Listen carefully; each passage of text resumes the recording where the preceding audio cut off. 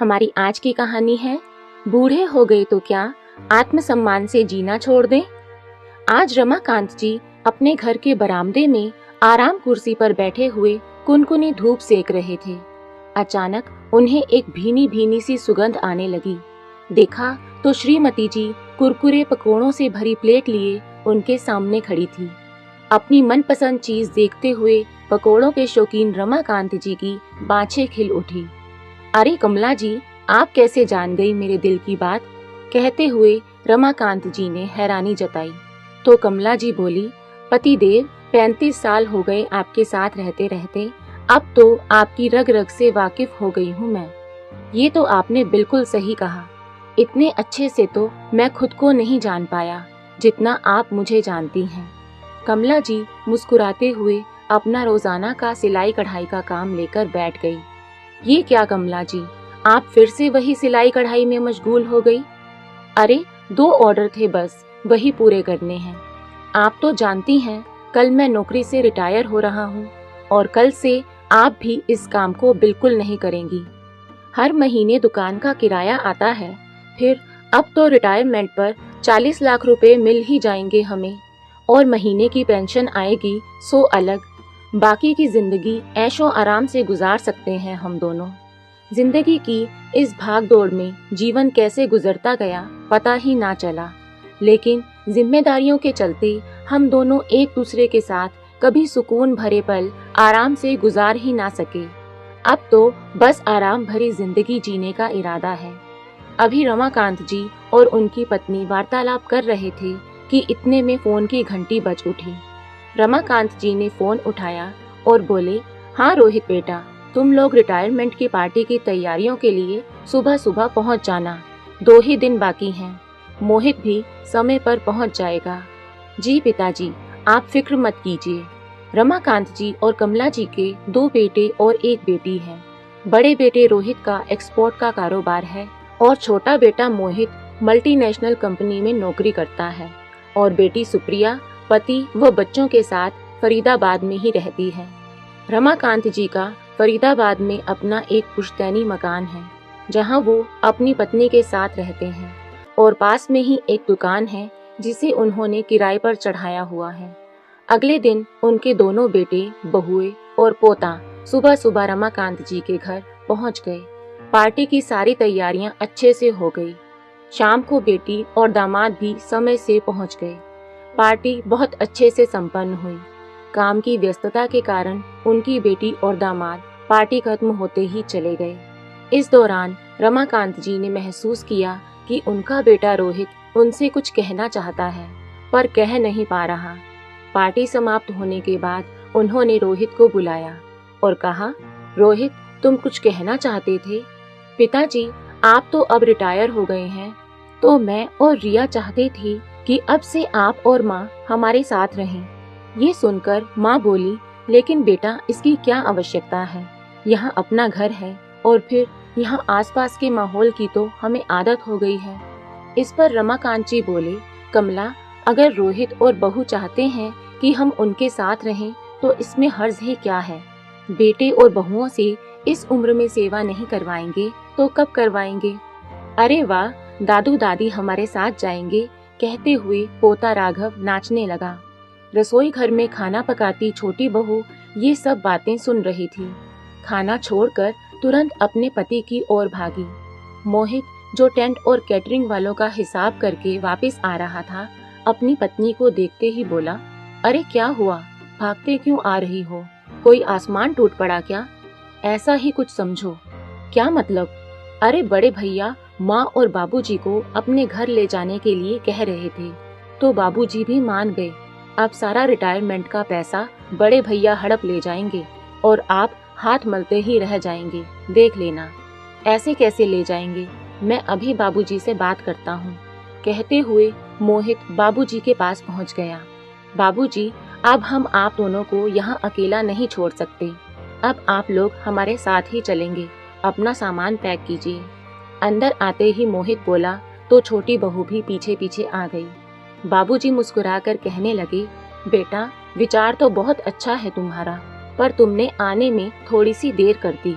अब तो रोहित के साथ जाने का हमारा प्रोग्राम बन चुका है। ये सुनकर मोहित के चेहरे पर उदासी छा गई। छोटे बेटे की उदासी माँ बाबूजी से देखी ना गई। दोनों अपने कमरे में जाकर कुछ बात करने लगे। फिर कुछ देर बाद बाहर निकले तो बोले, बच्चों, हमने एक फैसला किया है। बेटे बहुएं बड़ी फुर्ती से उन दोनों की ओर दौड़ कर आए तो बाबूजी बोले, हमारे दोनों बेटे हमसे कितना प्यार करते हैं, ये जानकर मुझे बहुत अच्छा लगा।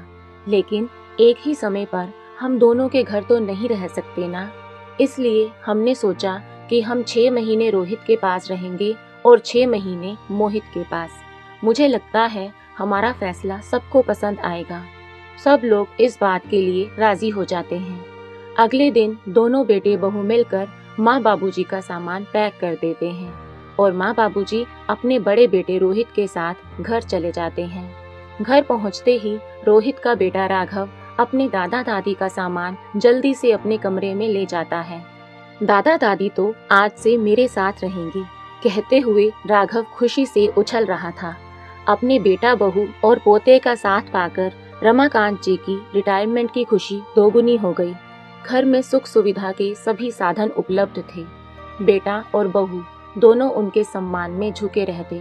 बहू उनके खाने पीने से लेकर दवाइयों तक का सारा ध्यान रखती और उधर बेटा कहता, बाबूजी, हम बहुत नसीब वाले हैं जो हमें आप जैसे माँ बाप मिले। बड़े बूढ़ों की सेवा तो नसीब वालों को ही मिलती है। रमाकांत जी और कमला जी अपने बच्चों की बातें सुनकर गदगद हो उठते। बेटा बहू उन्हें अपनी गाड़ी में बिठाकर पूरा शहर घुमाने ले गए, विभिन्न दर्शनीय स्थल दिखाए। ऐसा बेटा बहू पाकर रमाकांत जी और कमला जी स्वयं को भाग्यशाली महसूस कर रहे थे। कमला जी बहू बेटों की बुराइयां करने वाली अपनी पड़ोसिनों के बारे में कहती कि वो लोग बहुओं को सताती होंगी, तभी उनकी बहुएं उनकी बात नहीं मानती होंगी। मेरी बहुओं को मैं बेटी मानती हूँ, तभी तो वो मुझे पूरा सुख और आराम देती हैं। रमाकांत जी भी बेटों की प्रशंसा करते हुए रुकते नहीं थे। लोग तो यूं ही डराते हैं कि शादी के बाद बेटा अपना नहीं रहता, पत्नी की ही बात मानता है। हमारा बेटा देखो, शादी के बाद भी श्रवण कुमार है। सब संस्कारों का खेल है श्रीमती जी। धीरे धीरे समय बीतने लगा। एक दिन रमाकांत जी और कमला जी अपने पोते के साथ बैठकर टेलीविजन का आनंद ले रहे थे तो बड़ा बेटा रोहित उनके पास आया। उसकी आंखों में घबराहट साफ दिखाई दे रही थी और चेहरे का रंग उड़ा हुआ था। पिताजी, मैं बर्बाद हो गया, कपकपाती आवाज में रोहित बोला। बेटा, क्या हुआ, कुछ तो बताओ। रमाकांत जी तनावग्रस्त होकर उतावले हुए जा रहे थे। वो हमारा एक्सपोर्ट का एक बहुत बड़ा ऑर्डर था जो कि रिजेक्ट होकर वापस भेज दिया गया है। अब लाखों का उत्पाद कोड़ियों के दाम भी नहीं बिकेगा। हे राम, ये कैसे हो गया? बड़ी बहू चिल्लाई और अपना सिर पकड़कर बैठ गई। इस पर रमाकांत जी बोले, बेटा, मुश्किल तो जीवन का हिस्सा है, परेशानियां तो आती जाती रहती हैं, तुम बस अपना धीरज मत खोना। रोहित को तो पिताजी ये सब बातें कह रहे थे, लेकिन मन ही मन वे स्वयं भी कुछ परेशान से थे। 2 दिन बाद जब सब लोग रात का खाना खा रहे थे तो रोहित बोला, पिताजी, आपसे कुछ बात करनी है। हाँ बोलो बेटा। पिताजी, आप तो मेरे बिजनेस की हालत जानते हैं। अब मुझे अपने बिजनेस को नए सिरे से जमाना पड़ेगा और उसके लिए मुझे 50 लाख रुपए चाहिए। मुझे आपकी मदद की सख्त आवश्यकता है। आपके बैंक में जो पैसा पड़ा है वो मुझे आप कुछ समय के लिए दे दीजिए। काम दोबारा पटरी पर आते ही मैं उसे वापस कर दूंगा। रोहित हाथ जोड़कर रमाकांत जी के चरणों में बैठ गया। पिताजी, मुझे आपका ही सहारा है। रमाकांत जी और कमला जी अपने बेटे की ऐसी हालत कैसे देख सकते थे। तू चिंता मत कर बेटा, कहते हुए रमाकांत जी कुछ सोच विचार में पड़ गए। रिटायरमेंट पर मिले हुए पैसे और बैंक की जमा पूंजी मिलाकर 50 लाख हो जाएंगे। मुसीबत की घड़ी में मेरे बेटे को मेरी आवश्यकता है तो मैं पीछे नहीं हटूंगा और फिर अपने ही तो अपनों के काम आते हैं। ये सोचकर बैंक में रखे सारे पैसे रोहित को सौंप दिए। रोहित अपने माँ पिताजी के पैर छूकर कृतज्ञता जाहिर करने लगा। उसने वादा किया कि बिजनेस संभलते ही पैसे लौटाना शुरू कर देगा और साल भर में पूरी रकम लौटा देगा। अपना फर्ज निभाकर माँ पिताजी राहत का आभास कर रहे थे। कुछ समय बीता तो एक दिन मोहित का फोन आ गया। माँ, कैसे हो आप दोनों? आज मैं आप दोनों को लेने आ रहा हूँ। सामान पैक करके तैयार रहिएगा। आखिर हमें भी तो थोड़ी सेवा का मौका दीजिए। सुनते ही कमला जी ने हंसते हुए कहा, हाँ हाँ क्यों नहीं मोहित बेटा, तुम शाम को हमें लेने आ जाना, हम तैयार रहेंगे। फोन रखते ही कमला जी ने कपड़े पैक करने शुरू कर दिए। शाम को मोहित और छोटी बहू उन्हें लेने आ गई, लेकिन रमाकांत जी का पोता राघव अपने दादा दादी को जाने ही नहीं देना चाहता था। कुछ दिनों में फिर मिलने आएंगे कहकर रमाकांत जी और कमला जी ने बड़ी मुश्किल से वहां से विदाई ली। सेवा करने में छोटा बेटा और बहू भी कुछ कम नहीं थे। छोटी बहू अपनी सास ससुर को बिस्तर पर ही भोजन की थाली लाकर देती, उनके कपड़े अच्छे से धोकर इस्त्री करवा देती, रात को दूध का गिलास भी देकर जाती। दोनों वृद्धजन ये देखकर सोचते कि उनके बच्चों ने उन्हें धन्य कर दिया। एक दिन छोटी बहू के कहने पर मोहित ने पिताजी से कहा, पिताजी आप तो जानते ही हैं कि हमने ये फ्लैट लोन लेकर खरीदा था।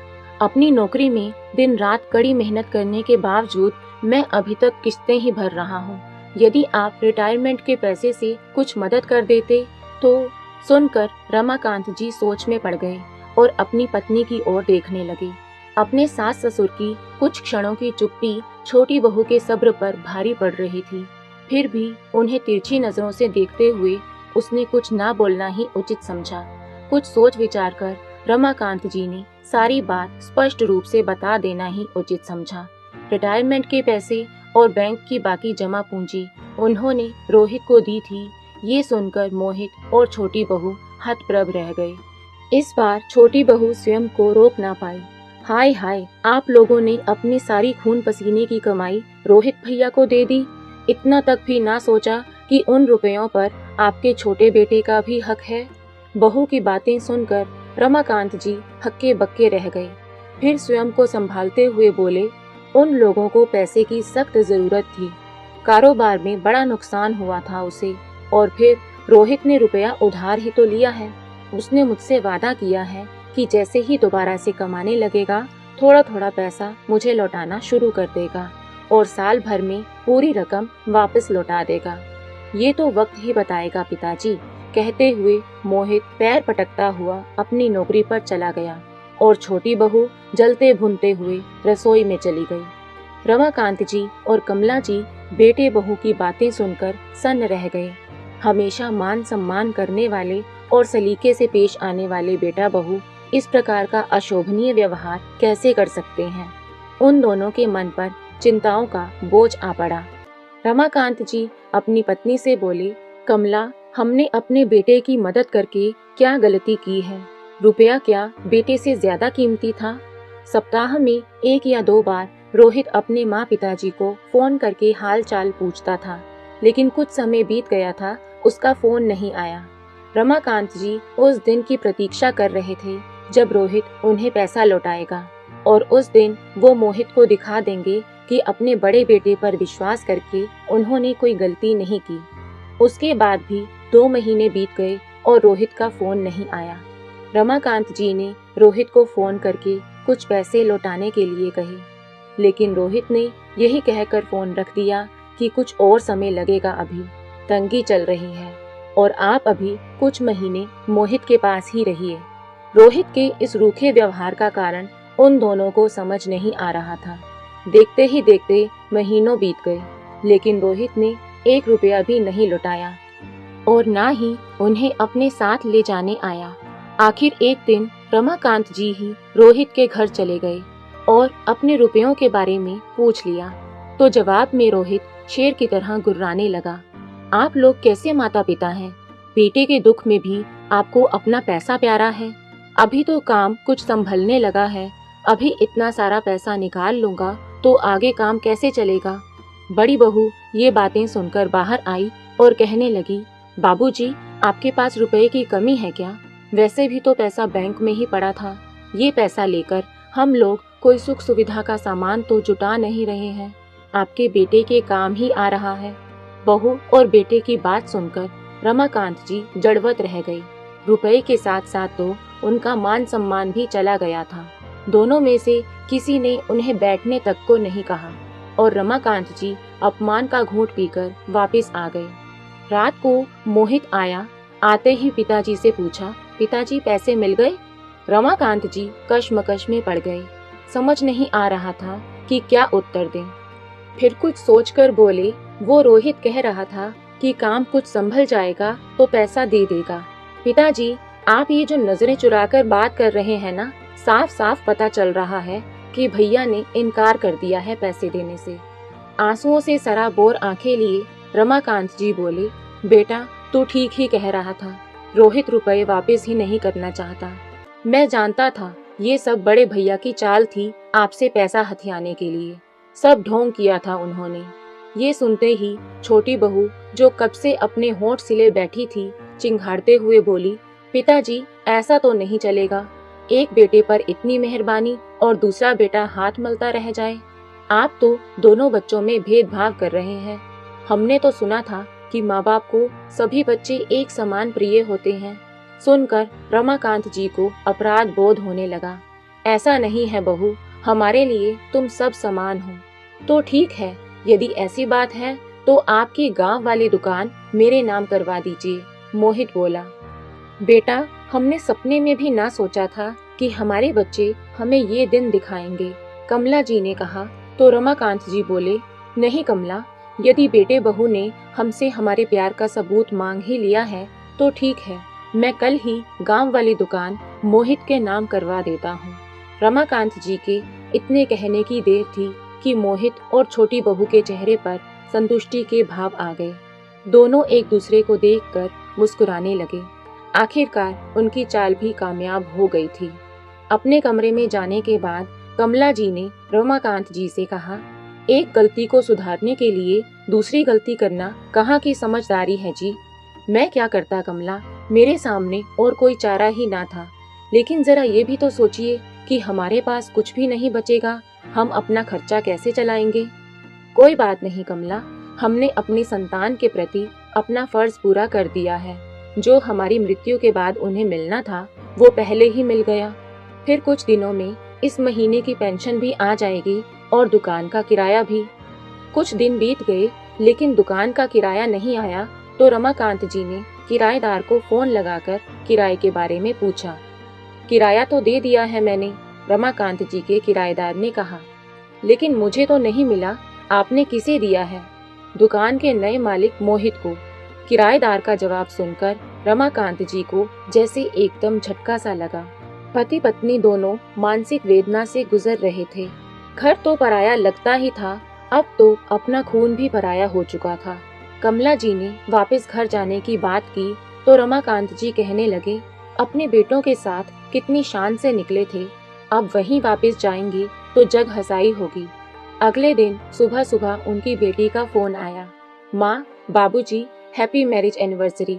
खुशी जताते हुए बेटी सुप्रिया की आवाज सुनी तो कुछ देर के लिए उदासी छोड़कर दोनों के चेहरे खिल उठे। इतने दिनों की परेशानी में दोनों भूल ही गए थे कि आज उनकी शादी की सालगिरह है। बेटा, अच्छा किया तूने जो फोन किया, हमें तो याद ही नहीं था, अब याद आ गया है तो आज मैं तुम्हारी माँ के साथ मंदिर में माथा टेक आता हूँ। दरअसल शादी की हर सालगिरह पर रमाकांत जी और कमला जी भगवान को शुक्रिया अदा करने के लिए मंदिर जाया करते थे। चलिए श्रीमती जी, तैयार हो जाइए, होठों पर मुस्कुराहट लिए रमाकांत जी ने कहा तो कमला जी भी खुशी से तैयार होने लगी। जल्दी मंदिर जाकर माथा टेका और प्रसाद चढ़ाया। साथ बिताए कुछ सुहाने पलों को याद करते हुए कुछ देर सुकून से बैठे। वापस आने के लिए जैसे ही मंदिर की सीढ़ियों से उतरने लगे, अचानक रमाकांत जी का पैर फिसला और सारी सीढ़ियों से लुढ़कते हुए नीचे गिर पड़े और गंभीर रूप से घायल हो गए। उन्हें इमरजेंसी में हॉस्पिटल ले जाया गया। बेटे बहुएं भी वहां पहुंच गए, लेकिन उनके दिमाग पर गंभीर चोटें आने के कारण उन्हें बचाया ना जा सका। कमला जी यकीन नहीं कर पा रही थी कि कुछ ही समय पहले हंसते बतियाते रमाकांत जी उन्हें इस दुनिया में अकेला छोड़कर जा चुके थे। उन्हें गहरा सदमा लगा। बेटी को जब इस बात का पता चला तो रोते बिलखते अपने पति के साथ वह भी पहुंच गई। रमाकांत जी का क्रियाकर्म कर दिया गया। रमाकांत जी तो चले गए, लेकिन कमला जी का जीवन अब कांटों की सेज से अधिक न रह गया था।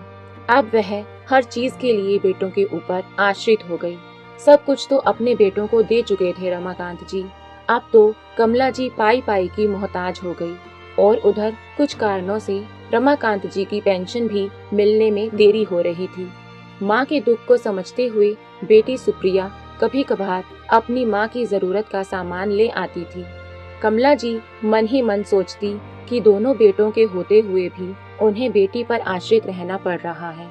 कुछ दिनों बाद जब पोते का जन्मदिन आया तो रोहित माँ को अपने घर लेकर आया, लेकिन पोते राघव को उपहार में देने तक के लिए भी उनके पास कुछ भी नहीं था। अपने पोते के जन्मदिन के अवसर पर वो शर्म से जमीन में गड़ी जा रही थी। इतना ही काफी नहीं था, अब तो दोनों बेटे भी माँ की जिम्मेदारी एक दूसरे पर डालने लगे थे। बेटी सुप्रिया को जब इस बात का पता चला तो वो माँ से मिलने आ पहुँची। माँ, आप मेरे घर चलिए, अब से आप हमारे साथ ही रहेंगी, मैं आपको इस हालत में अब और नहीं देख सकती। कहते हुए सुप्रिया रो पड़ी, लेकिन कमला जी ने उसके आंसू पोंछते हुए कहा, उम्र के इस पड़ाव में मैं बेटी पर बोझ बनकर रहना नहीं चाहती। मैंने फैसला कर लिया है, अब मैं आत्मसम्मान के साथ जीना चाहती हूँ।